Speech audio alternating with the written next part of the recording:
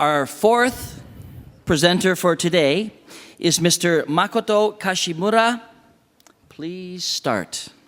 So, hello everyone. Well, thank you. As my theme, I've chosen the new Omotenashi campaign to attract visitors from the ASEAN countries. As you're all aware, the primary means of travel within Japan is the railway. And as such, it's essential that our train stations be made as comfortable and inviting as possible. For this reason, today I'm going to present you 3 ideas for accomplishing this end. These ideas came to me during a 3-week stay in Southeast Asia this past summer, when I visited Thailand, Laos, Cambodia, and Vietnam. Collectively, I call these ideas Project W, as each of them begins with that letter of the alphabet. Thus, the first W in Project W is for washroom access. By the way, have you seen this icon before? Well, yes, it's a toilet icon. But did you know it was actually first introduced during the previous Tokyo Olympics in 1964? Well, ever since the end of World War II, the Japanese government had sought a way to clearly indicate the location of the appropriate washrooms to visitors from various linguistic backgrounds when a native designer came up with this now famous pictogram.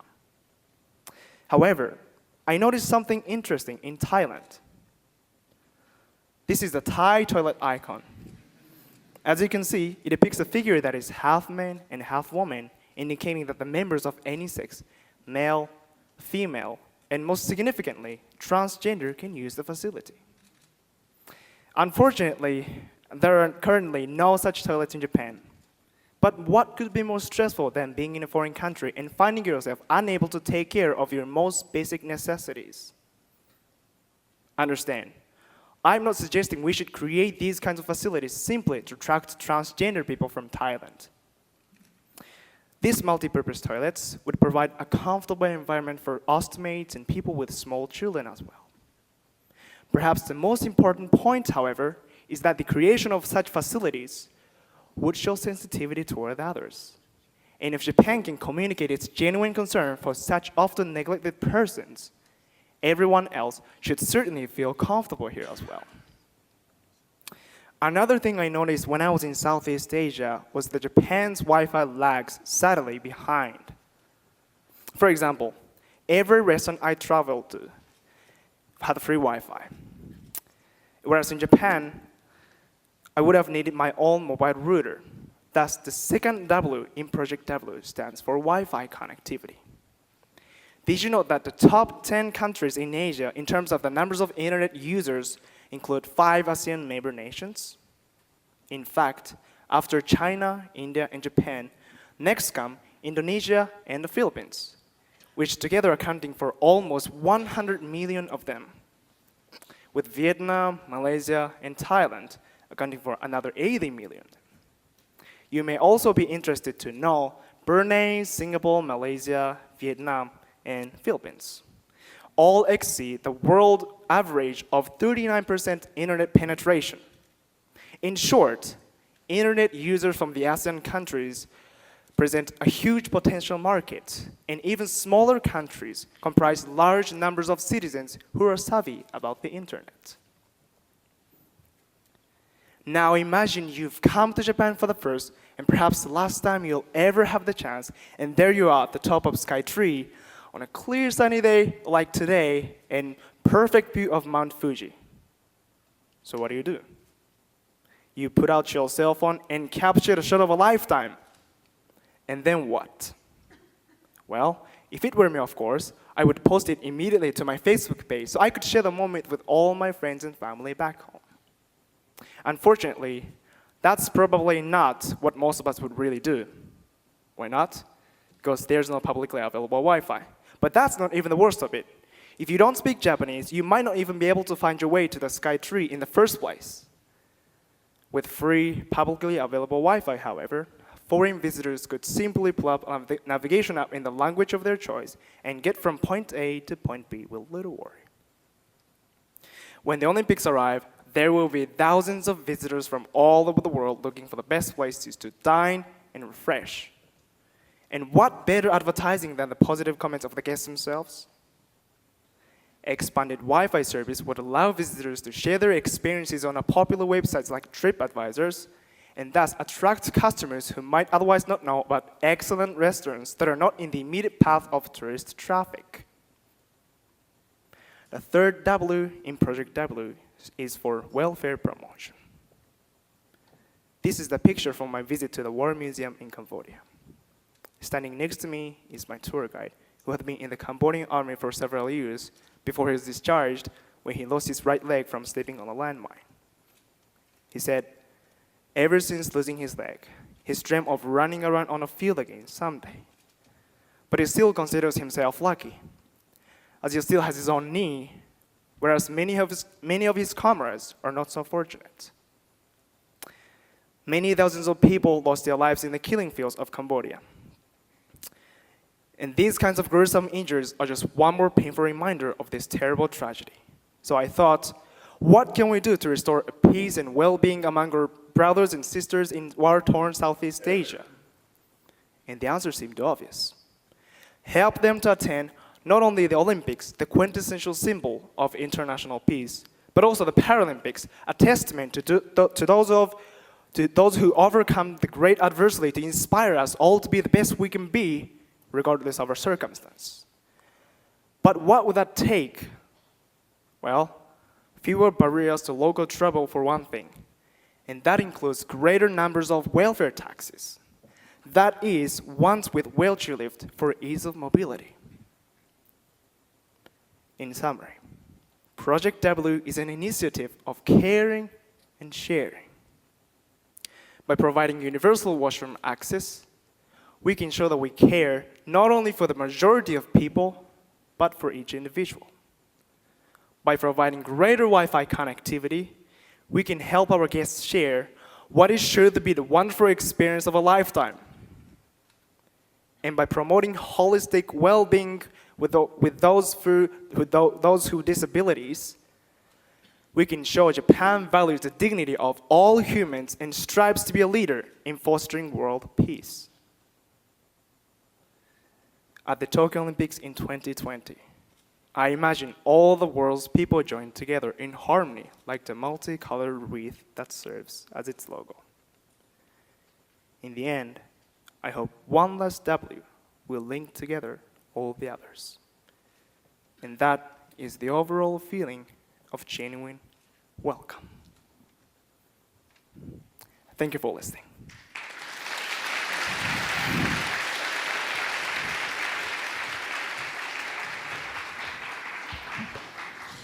Thank you, Mr. Kashimura. And now we'll go to the judges for 2 questions. Judge number 1, please. Kozo Hiramatsu. I'm a farmer from Gunma. Great presentation. Thank you very much. I like it very much. My pleasure. I'm also in charge. I've been working in IT industry. Right. But my question today is not the Wi-Fi connectivity. Okay. Let's talk about toilet. Okay. That's fine. Washroom. I believed that washlet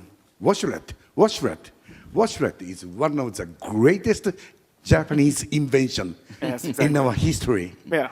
And I'm sure you agree with me. Most of my foreign visitors to Japan, they enjoy using washlet. And at the same time, I know washlet has been introduced by Japanese community in the United States about 20 or 30 years ago. But it's not getting popular. Not only the United States. Everybody who visits Japan, they enjoy, and they said, great invention. Yeah. But it's not getting popular outside of Japan. You know that? Yes. Why? Oh, that's really hard. Sorry. Question. Why? All right. Oh, well, I think it's because of sound. Because, that water sounds actually indicate that you're actually using that. All right? So, well, maybe that's why maybe foreign people don't like it. Or maybe just it's a bit difficult for for for foreign people to use that. So maybe that's why. But if I make it easier to use for foreign people, or maybe the version for foreign people, and then, well, maybe it will be popular. That's just my answer. Okay, thank you. And the second question?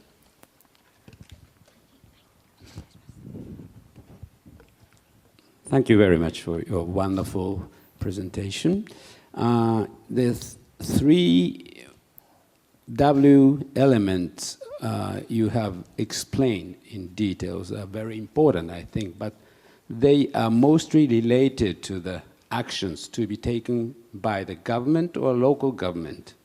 What do you think people living in Tokyo or all over Japan should do to welcome the tourists from all over the world? All right. Actually, in this February, I went to Sochi Winter Olympics as a student English interpreter. So I was welcomed by Russian local people. But actually, well, unfortunately, it's not like welcome because many of local people couldn't speak English or Japanese. But I just can speak English or Japanese. So I felt like, well, all right, so I used Traveler's Book and then point out the phrase, but it was really difficult. But if I have Wi-Fi, right, then I can use the translation app. Yeah? So basically, we need to equip Wi-Fi connectivity. At the same time, we need education for welcome those people from foreign country. This is my plan. Okay, another good point. Thank you. Okay, thank you. Now let's go to the audience for a question. And yes, we have this gentleman over here in the glasses.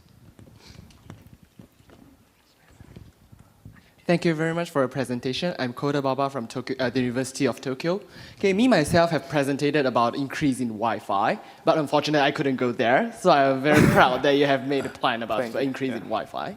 So I have a question. How are you going to increase Wi-Fi in Japan, Tokyo, and all over in Japan exactly? So because the problem that there's no free Wi-Fi in Japan is that if you allow them to use the free Wi-Fi, you said that there's a lot of free Wi-Fi in Thai, but I believe the procedure is quite easy. Just enter your name and your gender, Yes. and that's all. But in Japan, from the view of security, we don't allow them to just allow them to enter the gender and the name, but we also offer them to enter their email address, their passport number, and then they will have to do a lot of procedures. And because Japan is a kind of safe country, right? So what exactly are you thinking about, and how are you going to increase the number of Wi-Fi? Well, in my experience, when I use Wi-Fi in those 4 countries I traveled to this past summer, actually I need a Thai password, and then sometimes I need to, so I couldn't use free Wi-Fi on the road. I mean, on the street. I need to go restaurant. So my plan is not just equip it on the street, but in the restaurant. And then, for example, I'll put the password, which is really, really easy, super easy one, on the menu. And then in terms of security, is like you said, Japan is a safe country, which means great security we have. So which means our quality of security is already great. So we don't really have to develop it. This is my answer. Thank you. I've been asked to ask one more question. There was somebody over here who had their hand up. Okay, the lady over here. Oh, sorry, I think you asked a question before, did you not? Yeah? Can we have this gentleman over here? Sorry. Okay, thank you.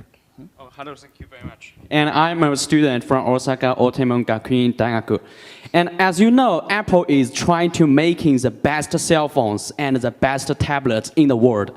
We created the best smartphone just like iPhone, and also the best tablet just like iPad Air 2. And yesterday when I come to Tokyo, I tried to connect with my iPhone, try to connect to the Wi-Fi, but I cannot connect with Wi-Fi. Did you And update it? I want to know how the Japanese government can try to provide more and more Wi-Fi connections for iPhone, iPad. Yes, because in Tokyo, and if Tokyo try to hold the Olympic Games, many foreign people will come to Japan. And as you know, Apple is creating the best products. So many people will use the Apple devices. And most of Apple devices need Wi-Fi connection. So I just want to know how Japanese government will try to provide the best worldwide Wi-Fi connections for iPhone and iPad. And because last night my iPhone could not connect with Wi-Fi in Kanda, Eki. Man, that's Yeah, it's a strange. problem, I think. Okay. Isn't it because of you're from Osaka? Yes. Well, I heard that Osaka and Tokyo is not good relationship, though. Well, that's a joke, but well, yeah. Honestly, I have no idea because idea. I can connect with using my iPhone. And if I try to turn on the hotspot from my iPhone, Okay. try to use, and I try to use my Mac to connect with my iPhone, Yeah. I think I have to pay the money for the carriers. And many foreign peoples, maybe they don't have Japanese phone SIM card, so they need Wi-Fi connection.